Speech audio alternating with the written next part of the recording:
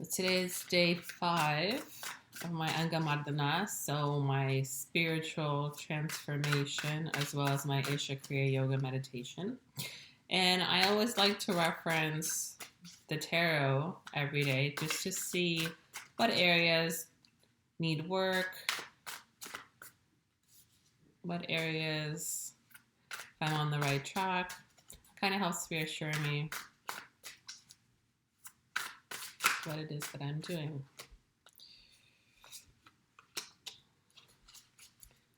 Ten of Wands. I have been getting Wands like nobody's business. And Wands is an air sign, which has to do with mental, well, just the mental process, mental clarity. Oh, I've had this come up earlier today as well. Actually, the spread that I did, oh, look at this. Queen of Wands. Again, so this bottom deck energy and this deck energy is reassuring me that I am on the right path. And if I'm not, this tarot allows me to see what areas do I need to, and I have my crystals here as well. What areas do I need to improve on? So I have citrine for the solar plexus, chalcedony here for root, and this is jet. And that just removes negative energy. And this is how the cards came out, and this is how I'm going to leave them. And I'm going to do one more. Actually, no. You know what? I'm going to keep it as is. I feel like this is the overall energy here, is the journey of self-discovery. And Queen of Wands, epitome of that. So I like to do these videos because it helps me learn the cards. Maybe it'll help somebody else learn the cards. We have 10 of Wands, 4 of Wands. Look, we have the Queen of Wands and the Hierophant. This could not be any more clear. This is talking all about the mental process. It's talking all about stepping into meditation. This card came up earlier as well when I was shuffling. This is, for me, the epitome of enlightenment. Look at this, the staircase to heaven, the staircase to, achieving that oneness, achieving that. And like, just if you look at the joy, and we have a lot of eyes. I've been getting a lot of eyes closed in these cards. I don't even know if there's any. I think all the cards in this deck have their eyes closed. In bliss, I would say. But yeah, this is a meditative posture. And it's funny because I'm drawn to this card first. It came up first when I shuffled them just before I was making this video. But this is like a lotus posture, meditative posture, and just right behind is kind of, I feel like this card is saying that he's made it. All he has to do is turn around and walk up the stairs, and there it is, the goal, whatever you're striving towards. It's right there. It's fully attainable, and the staircase is just right behind us. So all we have to do is walk up it. And I feel that has to do with life and the position where I am at. And I feel compelled to start with this card first, even though it came out last.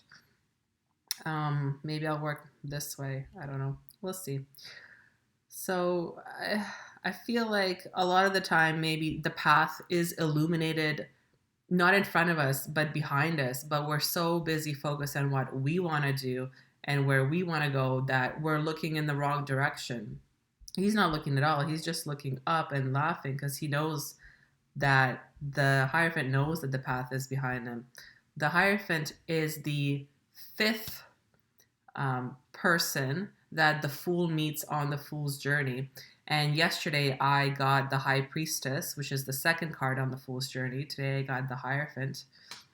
So it's telling me that, yeah, we are progressing on the Fool's journey. And we might have, and actually I got the Emperor earlier as well, which is the 4th card on the Fool's journey. So it's definitely telling me on the right track. And I like to do these readings because, believe it or not, there's something about the subconscious being able to pull up these cards and connecting with this energy that, otherwise I'm like, not that I'm a little bit unsure, but it just reassures me what it is that I am doing. And if I am ignoring something, it does bring that into focus. So I am going to start with the Hierophant. and Jet and this removal of negative energy. I feel like this is such a positive card, especially paired with the Jet, because it is removing all this negative energy. So it's like positive and the removal of negativity. It's like a positive squared, you know, it's extra, extra positive today. So let me just see what it's all about. So the Hierophant. Tradition, lesson, spiritual leader or guide, enlightenment, awakening, in service of spirit, formal education or training, new paradigms. Definitely where I'm at in life. I'm on this great journey and I am feeling this new level of stepping forward or stepping into my own spirituality. So I'll read the description. As you search for your divine truth, you create framework of belief that help you to expand your consciousness and ground your faith into this reality. If you've been stuck in an old tradition or a structured way of acting or being that is no longer serving you, it is time to let it fall away in order to make space for a better version of you.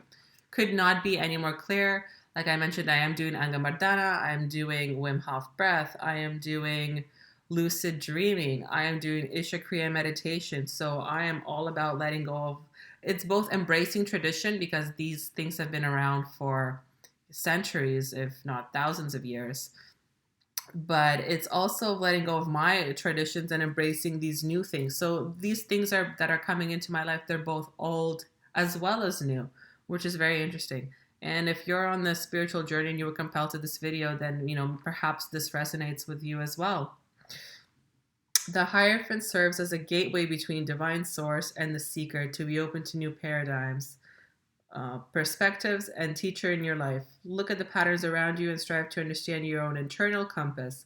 Know that while there is wisdom and teachings of mystics, the voice of your own heart is the one voice that matters the most. Find the wisdoms of the heavens within. Could not be more truer. So I am listening to Sadhguru. I am following all of these regiments and regimes that were put in place in order to achieve enlightenment and to achieve higher levels of consciousness. But in the end, I modify them to suit me and how I feel and what works best for me. So definitely a great card. I think it's great as a beginning card and as an end card. It works both ways, which is great. I've been getting tons and tons of wands. They've been popping up, and swords as well, but wands today. So let's go back to the 10 of Wands with the citrine. Citrine is great for working with the solar plexus. And the solar plexus is all about stepping into one's own identity, self-confidence. It's just, I feel like it's, and it's nice that this is, again, beside the root, because they're the,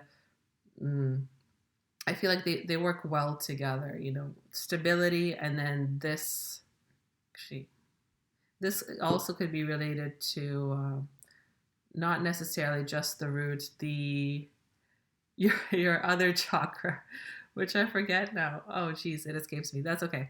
The one between the solar plexus and the root. Sacral chakra. This, because it's orange, it also works with the sacral chakra, which is right before the solar plexus. So those two are nice. If we have good stability there, we can grow the heart, we can move on to the throat, we can move on to the third eye. So what do we have about the 10 of Wands here?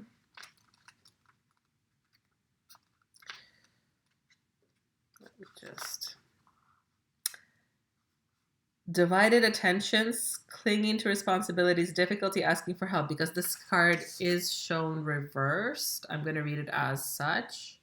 So first impressions, it's definitely on a journey with a lot of baggage. It's a winding road. We don't know what's over the hill, how far, what's the distance that she's come. She's carrying some important stuff. She has the animal with her, it's helping her carry a big load. So there is a notion of some support coming through as well, and the way is illuminated.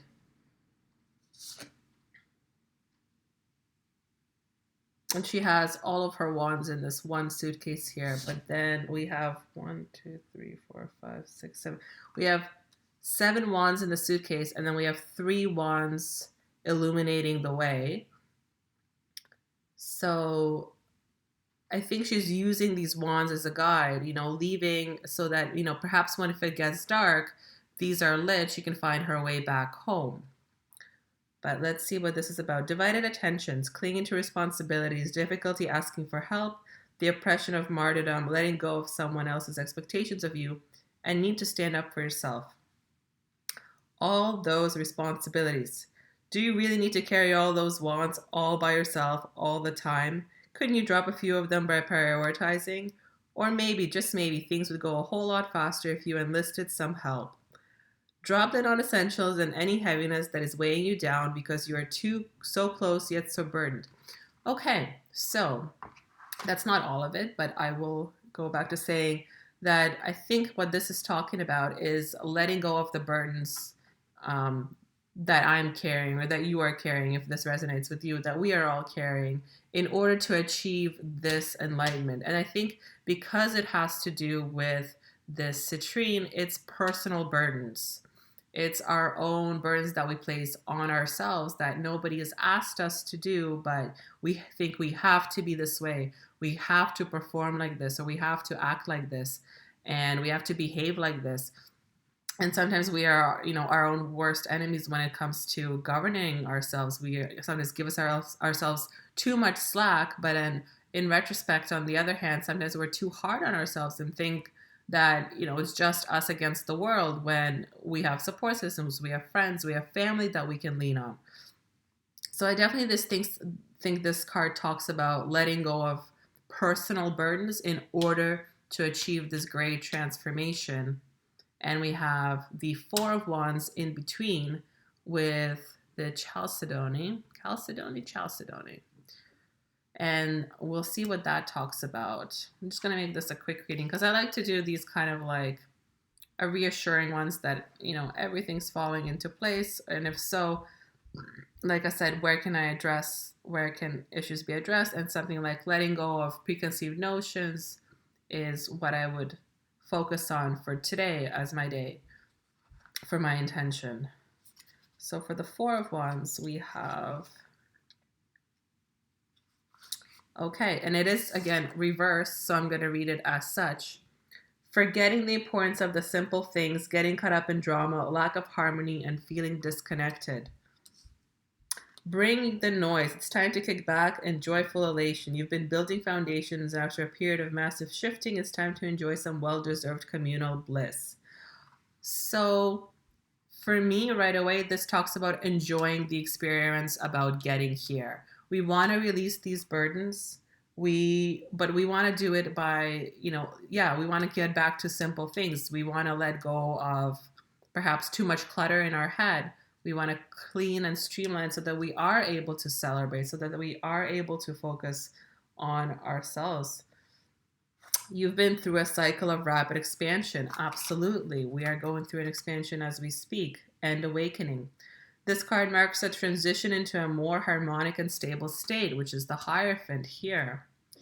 And we're going through that transition right now. You've reached new levels of consciousness, and it's the perfect time to enjoy a milestone event and celebrate with the people who love you. Love them right back as they are, and sometimes this card signifies a marriage or another significant occasion. Not in this case, for sure. While connecting with friends and family, make sure you relax, release, and allow your body to integrate all the lessons you've been working through. Okay, so I think that the message coming through here is quite clear. So we let go of burdens, focus on simple things, and that is how we get to where we want to go, which is a peaceful, clean way of living. And that's my goal, is to find myself, find what's within myself, and strip away the layers that are no longer necessary. And I want to get to this Queen of Wands energy. Like, she's the queen, she's the master, she's happy on her throne, which looks like to be a beanbag chair. But she's surrounded by spirituality, and I love that she has fire in her hands too. It's this energy that she's cultivated, that she's able to bring out, and she has this triumphant, her hand and the wand in triumph, as if she's won, she's mastered a skill, she's achieved what she set out to do. And I feel like this queen here, she deserves to be right at the top here. Like these cards go so well together, hand in hand. I think they match really, really well. So definitely a really nice positive reading. And for the day, I guess my intention that I'm going to set with these crystals before I place them near my Buddha statue is going to be able to strip away more and let go of carrying maybe so many burdens that maybe they're not even burdens. Maybe we just make them to be that in our minds. So maybe that is something that you and I and everybody needs to focus on a little bit more for today. And we'll see what the reading will be for tomorrow. Take care. Namaste.